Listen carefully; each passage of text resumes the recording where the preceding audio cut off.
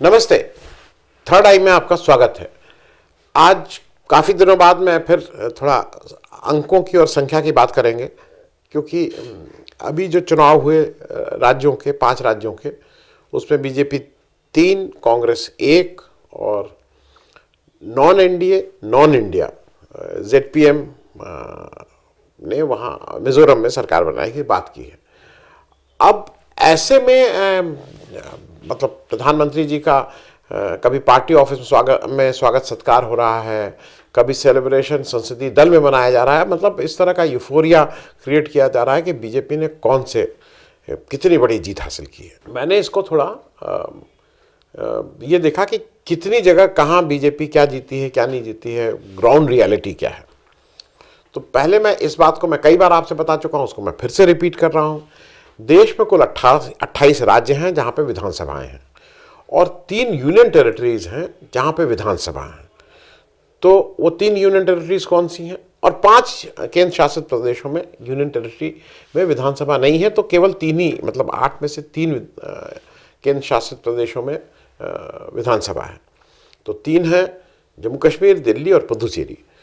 तो 28 और 3 31 विधानसभाएं हैं। 2014 में जब मोदी जी आए, तब से अब तक हर प्रदेश में 2 राउंड के चुनाव हो चुके हैं, सिर्फ जम्मू कश्मीर को छोड़ के। जम्मू कश्मीर में 2014 में चुनाव हुए थे, लेकिन उसके बाद अब कोई चुनाव नहीं हुए हैं। तो एक तरह से मोदी जी के 10 साल के राज में 2 राउंड के चुनाव हर स्टेट में हो चुके हैं। तो कुल कितने हुए? तो 31 × 2, 31 में 2 को अगर गुणा करिए तो 62 आता है। जम्मू कश्मीर में एक ही बार हुआ, तो 61 चुनाव विधानसभाओं के हो चुके हैं।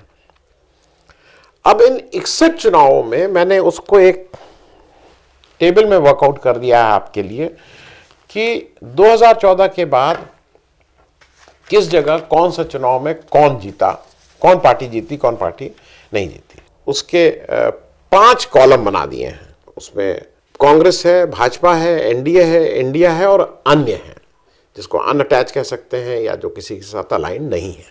कांग्रेस ने उन 61 चुनावों में अब तक, जैसे अब मैं आपको समझाने की दृष्टि से बता दूं, कांग्रेस ने अरुणाचल में 2014 का चुनाव जीता था, छत्तीसगढ़ में 2018 का चुनाव जीता था, गोवा में 2017 का चुनाव जीता था। सरकार बाद में लेकिन बीजेपी ने बनाई थी। ये बात मैं इसलिए कह रहा हूं कि ये बात थोड़ा आप भी समझ लीजिए कि कहां क्या हुआ था। 17 सीटें कांग्रेस की थी, 13 सीटें बीजेपी की थी, सरकार बीजेपी ने बना ली थी। जैसे कर्नाटक में चुनाव कांग्रेस ने जीता था, लेकिन बाद में बीजेपी ने सरकार गिरा दी थी। मध्य प्रदेश में चुनाव कांग्रेस ने जीता था, बीजेपी ने सरकार गिरा दी थी और फिर सरकार बनाई थी।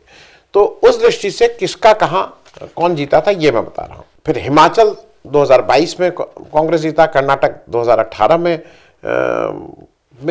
कांग्रेस ने जीता था, वो गिराई गई थी बाद में सरकार। कर्नाटक 2023 भी जीता, मध्य प्रदेश 2018 जीता, 2023 हारे।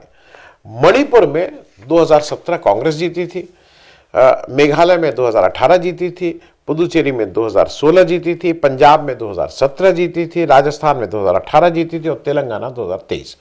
कुल 13 राज्यों में, मतलब 61 में कुल 13, अगर 61 कैसे पहुंचे मैंने बता दिया, 31 × 2, 61 जो विधानसभा के चुनाव हुए उसमें 13 बार कांग्रेस जीती है। अब जरा ये होगा कि बीजेपी कितनी बार जीती, वो कॉलम 2 देखिए। भाजपा कहां और कितनी बार जीती है? अरुणाचल में 19 में, असम में 16 में, फिर असम में 21 में, छत्तीसगढ़ में 23 में, गोवा में 22 में, गुजरात में 17 और 22 दोनों, हरियाणा 14 में। 19 में कहां जीती वो फिर आप आगे आएंगे, क्योंकि आपको लगेगा हिमाचल में, अरे हरियाणा में तो बीजेपी की सरकार है। बीजेपी की नहीं, एनडीए की सरकार है। हिमाचल में 17, मध्य प्रदेश में 23, मणिपुर में 22, राजस्थान में 23, त्रिपुरा में 18, त्रिपुरा में 23 भी, उत्तर प्रदेश में 17 और 22 दोनों, उत्तराखंड में 17 और 22 दोनों। तो बीजेपी इन 61 में कुल 18 विधानसभा चुनाव जीती है। बीजेपी हाफवे मार्क भी नहीं आई है। बीजेपी 30 चुनाव भी नहीं जीती, बीजेपी केवल 18 चुनाव जीती है, लेस देन वन थर्ड। 33% से कम चुनाव बीजेपी विधानसभाओं की जीती है। अब आ जाइए, एनडीए कितने चुनाव जीती, बीजेपी जहां मिलकर लड़ रही थी। जैसे बिहार में 2020 का चुनाव एनडीए जीती, क्योंकि बीजेपी और जेडीयू मिलकर लड़ रहे थे, उधर महागठबंधन था। हरियाणा में 19 का चुनाव जेजेपी और बीजेपी जीती, एनडीए। फिर आ जाइए, झारखंड 2014 जीती, महाराष्ट्र 2014 जीती, एनडीए वाला था। मेघालय 2023, पुदुचेरी 2021-24। ये मैं इसलिए कह रहा हूं कि ये एनडीए के साथ मिलके 11 चुनाव जीते। तो माफ कीजिएगा, एनडीए ने 6 चुनाव जीते। तो बीजेपी और एनडीए को अगर एक मान लिया जाए तो कुल 24 चुनाव एनडीए, जिसका बीजेपी भी भागीदार है, उसने जीते हैं। अब इंटरेस्टिंग यह है देखना कि इंडिया ने कितने चुनाव जीते हैं।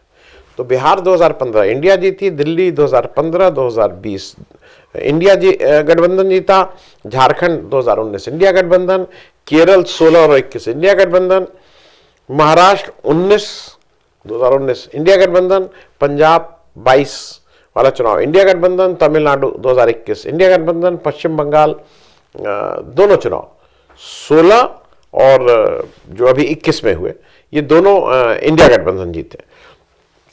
ये बात मैं इसलिए कह रहा हूं, 16 और 21 ये दोनों इंडिया गठबंधन जीते। ये बात मैं इसलिए कह रहा हूं कि ये कुल 11 विधानसभाओं के चुनाव इंडिया गठबंधन ने जीते। तो अगर इंडिया गठबंधन विच इंक्लूड्स कांग्रेस ऑल्सो कर दें तो 24 जगह इंडिया गठबंधन ने चुनाव जीते और 24 जगह एनडीए ने भी चुनाव जीते हैं। तो कोई ये नहीं है कि एनडीए ने 61 में से 60 चुनाव जीत लिए हैं और इंडिया 1 चुनाव जीती है, बराबर जीते हैं 24, 24, 48। अब जो बाकी 13 है वो अदर्स की कैटेगरी है। वो अदर्स की कैटेगरी इसलिए है कि जैसे आंध्र प्रदेश है, वाईएसआर कांग्रेस है, उससे पहले तेलुगु देशम थी 2014, फिर वाईएसआर कांग्रेस। जम्मू कश्मीर पीडीपी जीत सबसे बड़ी पार्टी, मिजोरम एमएनएफ अब जेडपीएम, नागालैंड 0 सीट है कांग्रेस की, कहती है कि इंडिया, लेकिन वहां सीटें 0 थी नागालैंड में जो फर्स्ट टाइम जब हुआ था चुनाव। उड़ीसा, अब उड़ीसा में बीजू जनता दल है। सिक्किम, उड़ीसा में बीजू जनता दल है, फिर सिक्किम है, सिक्किम में दोनों चुनाव में 0 सीट बीजेपी की। तमिलनाडु में लोगों को ये लगता है कि 16 में एआईएडीएमके एनडीए का पार्ट था, नहीं, एआईएडीएमके एनडीए का पार्ट नहीं था। 2016 में वो अलग लड़ा था, एनडीए बीजेपी अलग लड़ी थी। लेकिन 2000 जो तेलंगाना का 2000 माफ कीजिएगा, जो तमिलनाडु का उसके बाद का इलेक्शन हुआ था वो इंडिया गठबंधन के साथ डीएमके जीती थी। और तेलंगाना 2018 में बीआरएस जीते थे। तो ये 13 हैं। तो 24 एनडीए, 24 इंडिया और 13 अदर्स। ये स्थिति ग्राउंड पे है। अब एक दूसरी इंटरेस्टिंग आपको ये मैं इसलिए कह रहा हूं कि ये जरा इवनली पॉइज्ड है। जो अभी ये लग रहा है ना कि बिल्कुल आगे बढ़ गए हैं, कहीं कोई स्कोप ही नहीं है और बराबर ही पॉइज्ड है। अब एक जरा चीज ये बताइए, और जो जिस वजह से बीजेपी को इतना टाइम लग रहा है अपना मुख्यमंत्री चूज करने में, उसका कारण है बीजेपी के 10 राज्य ऐसे हैं, मैं सिलसिलेवार बता दूं। उस 10 राज्य में कुल 209 सीट हैं और उसमें से बीजेपी को 185 सीट आई हैं। और वो कुछ ऐसा है कि वहां अब सीट बढ़ने की वहां गुंजाइश नहीं है। मध्य प्रदेश में 29 में 28 सीट, छत्तीसगढ़ में 11 में 9, राजस्थान में 25 में 25, गुजरात में 26 में 26, हरियाणा में 10 में 10, हिमाचल में 2 में 2, दिल्ली में 7 में 7, उत्तराखंड में 5 में 5, उत्तर प्रदेश में 80 में 64 और असम में 14 में 9। स्कोप कहीं आपके पास, क्योंकि इस 209 सीट में 185 सीट आपके पास है, तो 24 सीट आपके पास नहीं है और यहां पे बहुत स्कोप आपके पास नहीं है कि आप मतलब इसको बढ़ा पाइए। दूसरा, ये 10 ही राज्य है, इनकी टोटल सीट करने के बाद भी आप मेजॉरिटी तो पहुंच नहीं रहे हैं। इसको हिंदी पट्टी बोला जा रहा है कि जहां पे भाई मंदिर का असर है, हिंदू मुस्लिम खूब ठीक से हो जाएगा, मोदी जी का डंका बज रहा है। ये अब उस समय 5 राज्य ऐसे थे जिन्होंने झोली भर के दिया था पूरा ठीक से, और जहां से मेजॉरिटी मिल गई थी बीजेपी को। जहां पे इस बार बीजेपी के लिए बहुत मुश्किल रहा है। वो 5 राज्य हैं, बिहार 40 में 17, झारखंड 14 में 11, वेस्ट बंगाल 42 में 18, कर्नाटका 28 में 25 और महाराष्ट्र में 48 में 23। कुल 172 सीट में बीजेपी को 94 सीट्स मिली थी। अगर पहली कैटेगरी की जोड़ दें, जहां पे अब स्कोप नहीं है बढ़ने का, उसकी 209 सीट, ये 172 सीट, कुल 381 सीट में बीजेपी को 185 वहां और 94 सीट यहां। अब ये जो बिहार, झारखंड, वेस्ट बंगाल, कर्नाटक और महाराष्ट्र है, इसमें बीजेपी की सीट कम होती है, क्योंकि बिहार में महागठबंधन ठीक से लड़ रहा है, महाराष्ट्र में महाराष्ट्र विकास अघाड़ी लड़ रही है, झारखंड में भी वो है, वेस्ट बंगाल और कर्नाटक में इस बार तो मतलब बुरी हालत है। अब ये मैटर ऑफ डिस्कशन हो सकता है, विवाद, मतलब ये एक वार्ता का विषय हो सकता है कि बीजेपी की जो 94 सीट आई थी इस 172 में, वो कितनी कम होंगी। वो 2 कम होंगी, 20 कम होंगी, 40 कम होंगी, 50 कम होंगी, इस पे डिस्कशन हो सकता है, लेकिन कम होंगी इस पे कोई डिस्कशन होने की जरूरत नहीं है, क्योंकि बीजेपी को अपने जो उसके हार्डकोर वो थे उसमें और इसको मिला के 279 सीट मिल गई थी, मेजॉरिटी यहीं से थी। अब बीजेपी को मेजॉरिटी यहां से नहीं मिल रही है, क्योंकि जो बीजेपी की 303 सीटें आई थी, 24 सीटें इन बाकी 16 राज्यों से थी, बाकी 279 सीटें इन 15 राज्यों से थी। अब कहां कहां नो एंट्री है बीजेपी की, और इस बार वो क्या करें, केरल में नो एंट्री है और रहेगी, तमिलनाडु में नो एंट्री है और रहेगी, तेलंगाना में 4 सीटें थी, अब कितनी कम होंगी देखने वाली बात है। आंध्र प्रदेश में नो एंट्री थी, 1% से कम वोट है, 25 में नो एंट्री, तो वही हालत है। ये बात मैं आपसे इसलिए कह रहा हूं कि ऐसा मुझे लगता है कि बीजेपी को की सीटें कहां बढ़ेंगी, ये मैं अपना ज्ञानवर्धन करना चाहता हूं, जनरल नहीं कि आएगा तो मोदी, पड़ेगा तो मोदी, ये सब नहीं। मुझे स्टेट वाइज अगर कोई ये बना के दे दे कि इन स्टेट में बीजेपी की ऐसे सीटें आ रही हैं, तो थोड़ा समझने में मुझे भी आसानी होगी, मैं आपको भी समझाऊंगा। क्योंकि आज इंडियन एक्सप्रेस में एक योगेंद्र यादव ने एक अपना आर्टिकल लिखा है, उसके अनुसार, हालांकि ये सब हम लोग इन चीज़ों पे बहुत से हमने यूट्यूब पे बना चुके हैं, आपसे शेयर कर चुके हैं, लेकिन उसको उन्होंने फिर से एक नया कपड़ा पहना के उसको फिर से पेश किया है। वो ये कहते हैं जो ये 4 राज्य जहाँ पे चुनाव हुए, माइनस मिजोरम, नहीं मिजोरम, हाँ माइनस मिजोरम, मिजोरम को लेके 84 हो जाते हैं, जो 4 राज्य जहाँ पे चुनाव हुए हैं वहाँ पे कुल 83 सीट है, जिसमें 65 कांग्रेस के पास है और 6, माफ कीजिएगा, 65 बीजेपी के पास है और 6 कांग्रेस के पास है। तो कांग्रेस के पास ऑलरेडी केवल 6 सीटें हैं और 83 में से 65 बीजेपी के पास है। उन्होंने जो अपने डेटा को एनालाइज किया है, उसके अनुसार अगर इस बार अभी जो वोट पड़े हैं स्टेट इलेक्शन में, उसके अनुसार अगर वैसे ही वोट को माना जाए कि किस किस कंस्टिट्यूंसी में कितने कितने वोट पड़े और उसको पार्लियामेंट कंस्टिट्यूंसी में अगर कन्वर्ट कर दिया जाए, जो वोट पड़े हैं उसी के हिसाब से, तो मध्य प्रदेश में जहां पे पिछली बार 29 में 28 सीट बीजेपी की आई थी, इस बार 24 आ रही हैं, 5 कांग्रेस की आ रही हैं। छत्तीसगढ़ में जहां 11 में 9 सीटें बीजेपी की आई थी, इस बार 8 हैं, 3 बाहर हैं, मतलब 3 कांग्रेस की हैं। राजस्थान में जहां 25 में 25 बीजेपी की थी, वहां 14 बीजेपी और 11 कांग्रेस की हैं। और तेलंगाना जहां 4 सीट बीजेपी की और 3 कांग्रेस की थी, अब की बार 9 सीट कांग्रेस के आने की बात है। तो ये मैंने एक इसलिए आपको, तो हो क्या रहा है, उस 83 में 65 से गिर के बीजेपी 46 पे आ रही है, कांग्रेस 6 से बढ़ के 28 पे चली जा रही है। ये वो स्टेट है जहां पे तत्काल इलेक्शन हुए और जहां पे स्वीप किया है, और जैसे वोट मिले उसके हिसाब से बात हो रही है।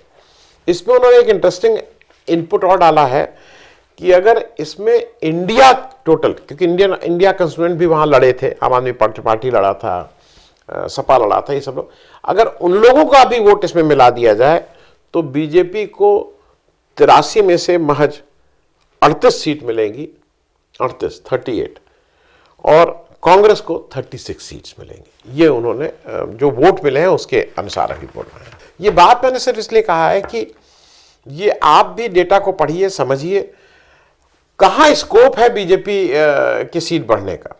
मतलब वो एक चीज मुझे अभी भी नहीं आ रहा है। और मुझे ऐसा लग रहा है कि इन सारे एनालिसिस के बाद सबसे क्रूशियल स्टेट बीजेपी के लिए उत्तर प्रदेश होने जा रहा है, क्योंकि उत्तर प्रदेश ही एक ऐसा स्टेट है जहां 16 सीटें उसके पास नहीं थी, बाकी तो उसके पास पूरी सीटें हैं हिंदी पट्टी में। अब उस 16 सीटें में वो इजाफा होता है, कम होता है, मेरे ख्याल में इसका निर्णय अगले 15-20 दिन में हो जाएगा कि इंडिया गठबंधन यहां किस तरह से काम कर रहा है। अब इंडिया गठबंधन में वैसी खींचतान है कि अखिलेश यादव के पीछे सब लोग लामबंद होते हैं। अखिलेश यादव भी इस मन स्थिति से और इस ढंग से सबको साथ लेके चलने के मूड में है। वो डिसाइड करेगा कि उत्तर प्रदेश में क्या हो रहा है, क्योंकि उत्तर प्रदेश एक ऐसी जगह है जहां बीजेपी 64 से 40 के अंदर भी आ सकती है और 64 से 70 भी हो सकती है। तो मेरे हिसाब से सबसे क्रूशियल स्टेट बीजेपी के लिए उत्तर प्रदेश है। और अभी तो थोड़ा ये भी देखना है कि ये जो चीफ मिनिस्टर को लेके खींचतान हो रही है उसको बीजेपी कितनी सक्सेसफुली ओवरकम कर पाती है। क्योंकि जैसे शिवराज सिंह चौहान के बारे में तो कहा जा रहा है कि उन्होंने मान लिया है कि ठीक है भाई मुझे मत बनाओ चीफ मिनिस्टर, लेकिन वहाँ शायद वसुंधरा राजे जी मान नहीं रही हैं। इससे कुछ वैसे तत्कालिक नहीं, मेरे साथ बहुत प्रभाव नहीं पड़ता है, लेकिन खींचतान से एक जो आपका थोड़ा बॉर्डर लाइन वाला सपोर्टर है उसको अजीब लगता है कि यार ये क्या हो रहा है, इतना झगड़ा क्यों हो रहा है। तो खैर 2024 का इलेक्शन अभी भी वाइड ओपन है। इसमें बहुत से लोग लिखेंगे क्या रे हारने के बाद ये, मुझे कोई स्टेट वाइज जरा एनालिसिस करके बता दें कि इन जगहों पे बीजेपी ऐसे 272 सीटें ला रही है, तो फिर समझने में भी आसानी रहेगी। और उसको हम लोग ज़रूर आपको भी दिखाएंगे अगर कोई भेजता है इस तरह के एनालिसिस, और उस पर चर्चा भी करेंगे। Thank you so much.